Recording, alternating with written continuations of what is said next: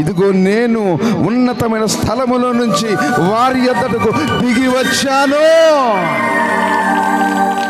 నా ప్రజల దుఃఖాన్ని చూశాను, నా ప్రజల కష్టాన్ని చూశాను, నా ప్రజల బాధను చూశాను, నా ప్రజల కన్నీరు చూశాను, నా ప్రజల వేదనను చూశాను, నా ప్రజలు పడుతున్న ఆ శ్రమను నేను చూశాను. మోషే ఈ దినం నేను నీతో మాట్లాడుతూ ఉన్నాను.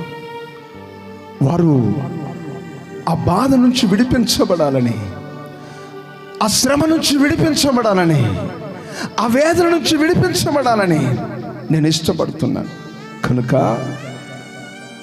నీవు వెళ్ళి ఇశ్రాయేలీయులను విడిపించాలి. నీవు వెళ్ళి నా ప్రజల బాధలను చూసి వారికి విడుదల కలిగించాలి. కనుక మోసే నీవు నాకు కావాలి. స్తోత్రం చెప్దామా? స్తోత్రం చెప్పాలి. నీవు నాకు కావాలి మోషే, నీవు నాకు కావాలయ్యా. ఇదిగో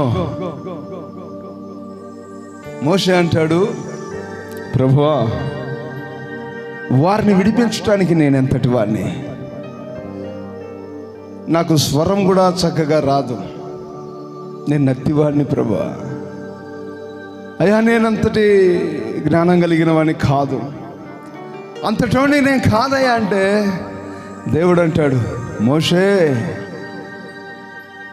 ఇదిగో నువ్వు ఎంతటి వాడివి, నా వల్ల కాదు, నా చేత కాదు అంటున్నావు. నీకంటే ఉన్నతమైన వారిని నేను చూశాను, వారితో పని జరిగించగలను. కానీ ఈ పరిచర్య, ఈ పని చేయుటకు నాకు నువ్వు కావాలి మోసే. నాకు చదువుకున్న వాళ్ళు కాదు, విద్యావంతులు కాదు, బలవంతులు కాదు, జ్ఞానవంతులు కాదు. ఇశ్రాయేలీయుల పక్షమున నీవు ఆ శ్రమలో నుండి వారిని విడిపించడానికి, ఆ స్థితిలో నుంచి వారిని నడిపించడానికి, నా ప్రజలను ఉన్నతమైన స్థలములోనికి తీసుకువెళ్ళడానికి ఇదిగో మోషే నాకు నువ్వు కావాలి. దేవుని బిడ్డలారా, ఆయన ఏర్పాటు చేసుకుంటే, ఆయన స్వరం వినగలిగితే ఎలాంటి వారినైనా దేవుడు వాడుకోవటము సాధ్యమే. అవునండి, వారు స్తోత్రం చెప్పాలి.